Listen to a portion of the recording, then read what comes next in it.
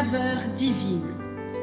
Cette bonne nouvelle du royaume sera prêchée dans le monde entier pour servir de témoignage à toutes les nations.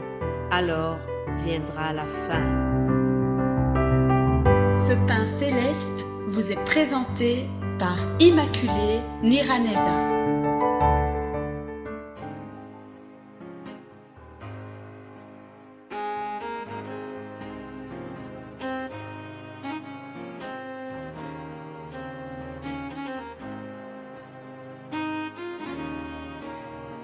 Je vous salue, très chers amis, frères et sœurs qui écoutent l'émission Saveur divine.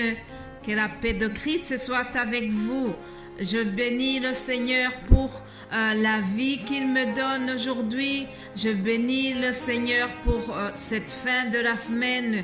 Nous sommes déjà vendredi et vraiment c'est une grâce de pouvoir encore être en bonne santé. C'est une grâce de pouvoir partager la parole de Dieu. C'est une bénédiction et chaque jour, je remercie le Seigneur pour cela. J'espère que vous allez bien de votre côté. Je vous accueille chaleureusement dans cette émission. Nous allons terminer le thème qui parle du royaume de Dieu. Vous savez que nous avons exhorté le peuple de Dieu à chercher d'abord le royaume de Dieu. Oui, chers amis, nous devons mettre cela dans nos priorités. La recherche du royaume de Dieu doit être une priorité dans ta vie. Alléluia. Nous avons déjà vu aussi que le royaume de Dieu s'obtient par une sanctification journalière. Si nous avons reçu Jésus-Christ dans notre vie, ça ne suffit pas. Nous devons y travailler tous les jours. Nous devons demander l'aide du Saint-Esprit. C'est lui qui nous sanctifie tous les jours. Aussi, hier, je vous ai parlé du bon samaritain, la parabole du bon samaritain. Cette parabole nous parle de l'amour du prochain. Tout cela est en train de nous amener, de nous faire réfléchir toujours à ce titre que nous avons donné depuis lundi, qui se trouve dans l'évangile selon Matthieu 11, 12, où il est dit que le royaume des cieux est forcé et ce sont les violents qui s'en emparent. Alléluia. Donc, hier, je vous ai parlé du bon samaritain. Ah, l'acte du bon samaritain. Ça parle de l'amour du prochain et ça illustre que les violents s'emparent du royaume des cieux. On démontrera l'amour du prochain. Chers amis, le monsieur qui a été secourir le blessé, il a pris ses risques, il a payé de son argent, il a dépensé ses moyens financiers, il a pris son temps. Et tout cela, il faut être fort pour le faire. Il faut se sacrifier pour le faire. Voilà comment gagner le royaume de Dieu. Dans le message d'hier, je vous disais que nous gagnons aussi le royaume de Dieu par l'amour du prochain. Et le message d'aujourd'hui est une continuité. Aujourd'hui, j'ai envie de vous donner quelques visages, quelques figures importantes qui ont manifesté l'amour du prochain. Acte chapitre 9, nous voyons une dame qui s'appelle Dorcas, Tabitha pour les uns. Donc, cette dame a manifesté beaucoup d'amour du prochain. Elle avait fait beaucoup de bonnes choses pour ses amis, et surtout pour les veuves de son entourage. Alors, il est arrivé un drame et Dorcas est décédée. Elle a été malade et puis elle est décédée. Alors, les veuves pour qui elle avait cousu des vêtements ont fait un genre de manifestation. Elles ont contesté, elles n'ont pas accepté la mort de Dorcas. Alors, nous voyons dans ce chapitre 9 comment elles se sont adressées à Pierre, le serviteur de Dieu Pierre, Donc, elles ont été montrées les vêtements que Dorcas avait cousus. Certainement, elles avaient entendu comment Dieu utilisait puissamment l'apôtre Pierre. Certainement qu'elles avaient entendu comment Pierre a fait les vaisseaux paralytiques qui étaient devant le temple. Et elles se sont dit, si nous en parlons à Pierre, peut-être il pourrait faire quelque chose. C'est ce qui s'est passé. Actes chapitre 9, au verset 39, je lis rapidement ceci. Pierre se leva et partit avec ses hommes. Lorsqu'il fut arrivé, on le conduisit dans la chambre haute. Toutes les veuves l'entourèrent en pleurant et lui montrèrent les tuniques et vêtements que faisait Dorcas pendant qu'elle était avec elle. Pierre fit sortir tout le monde et se mit à genoux et priant. Puis, se tournant vers le corps, il dit, « Tabitha, lève-toi. » Elle ouvrit les yeux et, ayant vu Pierre, elle s'assit. Alléluia. Il lui donna la main et la fit lever. Il appela ensuite les saints et les veuves et la leur présenta vivante. Cela fut connu de tout Joppé et beaucoup crurent au Seigneur. Alléluia. Chers amis, cette dame était décédée.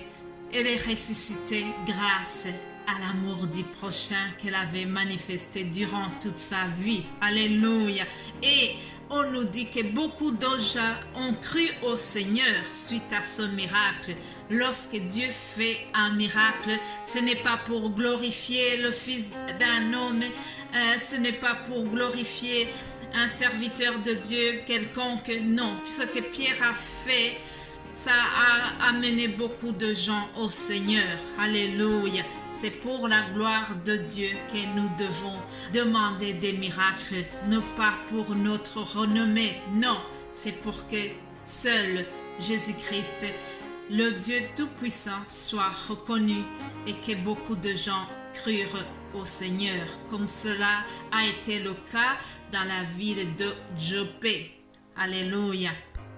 Je suis en train de vous donner des figures importantes qui avaient compris que le royaume de Dieu est forcé et que ce sont les violents qui s'en emparent par l'amour du prochain. Plus proche de nous, il y a aussi une dame que j'apprécie beaucoup, c'est Mère Teresa, une religieuse catholique d'origine albanaise. Elle a été toute sa vie missionnaire en Inde. Mère Teresa a eu le prix Nobel de la paix en 1979.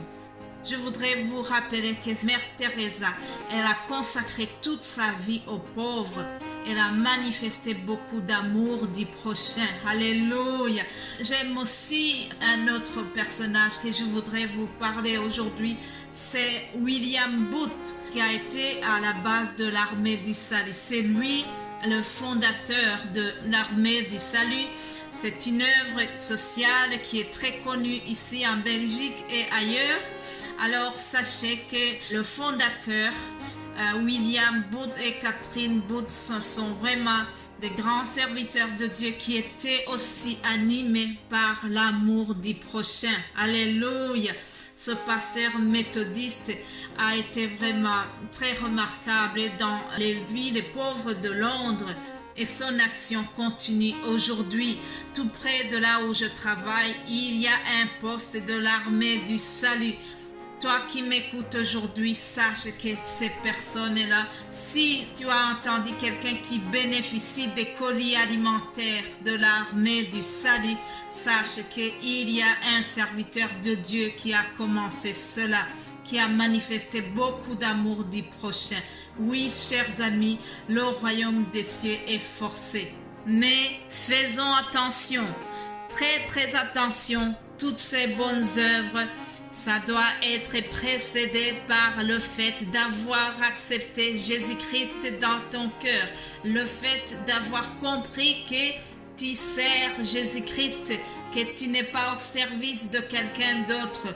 Alors tout ce que nous faisons de bien, ça doit être motivé par l'amour de Dieu et le fait d'avoir cru en Jésus-Christ, le Fils de Dieu. Aujourd'hui, écoute sa voix qui te dit: voici, je me tiens à la porte et je frappe. Si quelqu'un entend ma voix et ouvre la porte, j'entrerai chez lui, je souperai avec lui et lui avec moi. Alléluia.